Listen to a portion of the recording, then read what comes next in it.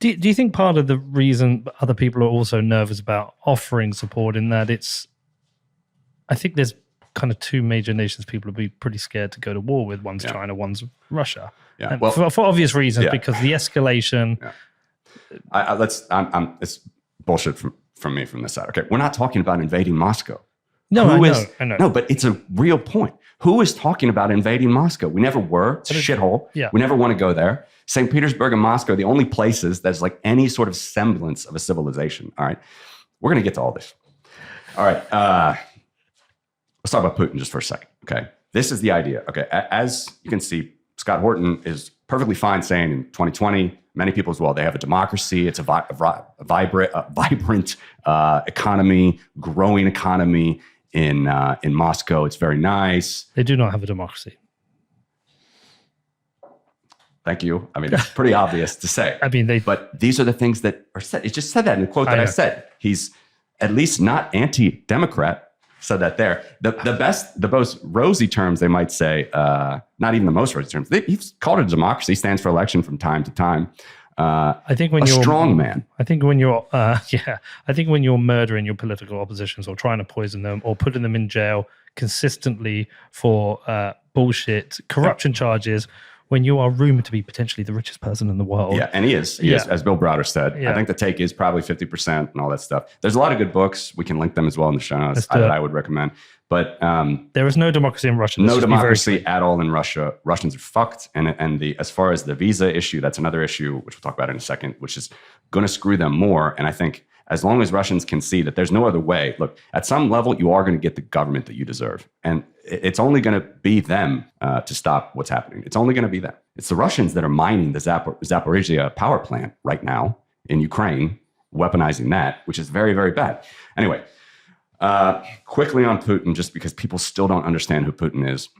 Lex Friedman's a good example. All right, this guy grew up in the Soviet Union. He, for like the very early part of his podcast, I would listen to every comment he had about Russia. He thought that Putin was like just this naive kind of wannabe diplomat who like was trying to gain self-respect in the West. But he was a little bit naive about the way that Western politicians would treat him. He was a good guy. Yeah, he had his connections to the intelligence agencies, but he was just a little bit naive. And that's like, it took him a long time of, being scarred and rejected by the Bush administration. A lot of rejections by the Obama administration, a lot of things like that. It took him a long time to get to where he is now, 22 years later. Not true in the slightest, all right? Russia's never had a democratic election. Yeltsin, complete just madness in the 90s. The oligarchs reelected Yeltsin in 1996. The oligarchs, Boris Berezovsky, Gusinski, Chubais, all these guys, they got him reelected in 1996.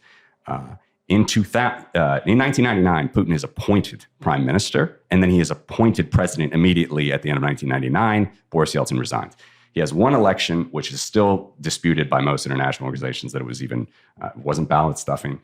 And then every election since has always been disputed by international organizations that it's not legitimate. Okay, and again, we're not talking about blockchain stuff here. Like this is meat space. You are going to have to use multiple frames of reference, multiple pieces of proof to prove something. You can't just run a hash and make sure this is what happened. It's just not how it works in the real world today in 2022. And all organizations have said that Russia has never had a legitimate election, at least since 2004.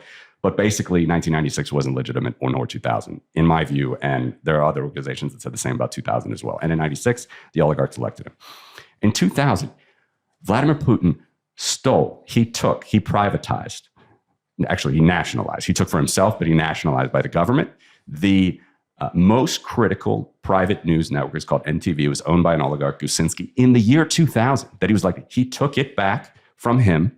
Gusinski was one of the oligarchs that got him elected. In 2001, Boris Berezovsky, he was another of the oligarchs that got him elected. He took his news channel, the entire network, the entire television network he took in 2001. In 2002, 2003, he starts taking aim at Mikhail Khodorkovsky, who's now in exile in Switzerland. He was in jail for 9 years, 10 years, was freed just before the Sochi Olympics.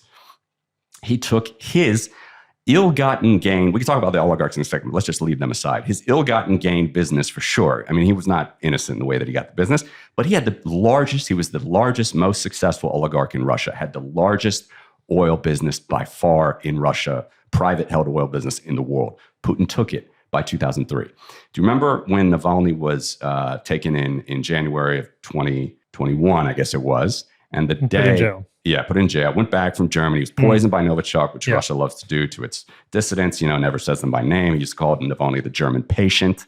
Couldn't say him by name because, why give any credibility to people that are going to stop you? Never would say him by name. He was scared of him. Tried to poison with Novichok in Russia. Got better in Germany. Went back to Germany. Was arrested. The day that Navalny was arrested in Russia, his team released a massive, important video, which I recommend, the Putin's palace. This is not a surprise to... Have you seen this? No, I've not seen You've got to see this building. It's like a Russian. It's like a Bond, a Bond lair.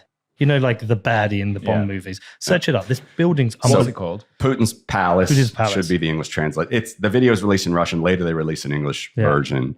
There's subs on the Russian version. It's definitely watchable. I've watched it. We'll put it in the show notes. It's incredible. Yeah. And so this was not a surprise to me. Anybody who follows Russia, we know that he's been building this, all right, for years. But what I did not know, and they showed in that video, do you know when they started collecting the lands? The FSB owns the land. It's like the size of 20 Monacos. And Russia does not have a big Black Sea coast. It's like the main cape on the coast. Like everybody knows that it's there. But, it's the open secret, right? The FSB owns the land. The former KGB, they own the land. There's a no-fly zone over it. Do you know when he started to work on this project? I have no idea. 2003. What? You'll know because it's got the two big spines that go up. I'm just struggling with the internet at the moment. Okay. I mean, I'm trying to find the right word to describe Vladimir Putin. It changes, my insults change every time. But I mean, a devil honky cunt. I mean, I don't know how to explain this guy. There's nothing redeemable about this guy. He's not a Democrat. He's not a Republican. He's not for democracy. He's a thief. And he's a bad one at that because everybody, good in the sense that he succeeded for now. Good on him. Congratulations. Putin, you've only fucked your entire country and the whole world hates you and your economy's cratering, finally, as it should have been. But we have been warning about this for decades. All right. I don't want to go too much off the but one more on NATO. Just one more quickly on NATO. You got something? So when I watched that documentary, what was the connection with that? There's the judo instructor or something. Do you remember that? One of his friends that takes his fortune. Yeah, I mean, who's he? Honestly, I don't remember the judo instructor, but there's this cellist, Roel Dugan, who is a cellist in the Moscow Symphony or whatever, from St. Petersburg, originally childhood friend. Maybe he's in St. Petersburg Symphony. Sorry if I got to fact check me on that one. But he is a cellist and he's richer than Jay-Z. So he's a billionaire. I mean, it's comically bad if you would just push the veneer a little bit. And yet I cannot fathom the lack of self-awareness, the lack of understanding, the hypocrisy. If you're going to get on the Tom Woods show, you're going to talk about liberty and freedom and economics and self-sovereignty. And you're going to defend this guy. You're going to say he has a right to his security. You found it? Yeah, I think so. Is it this? Indeed it is. Yeah, but that's not the bit I was thinking of. It is that, but there is that one building. Do you know the one that's up into the... Yeah, there's a winery there. There's a helipad. There was going to be a hockey rink, the thing is they had to rebuild it 3 times because it's all Russian style. It's secret. You have to sign NDAs, which don't mean anything in Russia, or just fear of death means something in Russia. And so they had to keep it secret. It just started to mold. He's never actually used it, best we can tell. He's definitely been there, whatever. But it's moldy. They had to redo it. It's just an absolute. But it's like a Bond villain lair. It's just insane. Yeah, it's absolutely insane. So yeah, you see here, these are renovations on a brand new palace. It's just been molded over. I don't know. There's wineries there. There's just all sorts of things that are going to be horribly mismanaged, and whatever. It's a no-fly zone. The FSB owns the land. Look at that. That's unbelievable. What is that? Is that a church? There's got to be a lot of underground bunkers there as well. What are these weird little houses? Fucking hell, this is weird. Yeah, okay. So he should, I mean, what drives it? Is it just a power hungry thief gangster? Yeah, it's a gangster state. It's always been that way. And so just to be clear, why is Russia so fucked up? Right? Why is Russia always causing problems? Why are they murdering their ex-spies, their ex-agents with plutonium and Novichok on British soil?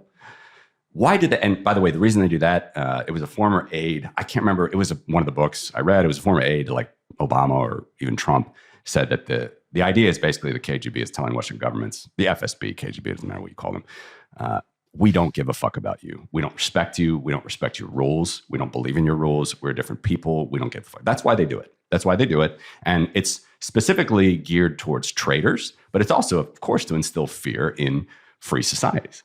So again, why would we let this stand? Which finally in 2022, now we have the Baltics, Finland, the Czechs did it. It's coming more. We've banned now tourist visas for Russians, which is very, very important. And we need to continue that. I feel for every Russian dissident that lives in Europe, and there are a lot of them. I can, again, send some links if people want to follow the good people on Twitter that are actually, posting lots of sources, lots of good stuff about, why you should not be supporting this regime. They can't go back. They'll be killed. I feel very much for them. I feel very much for their people. But how many chances are we going to give them?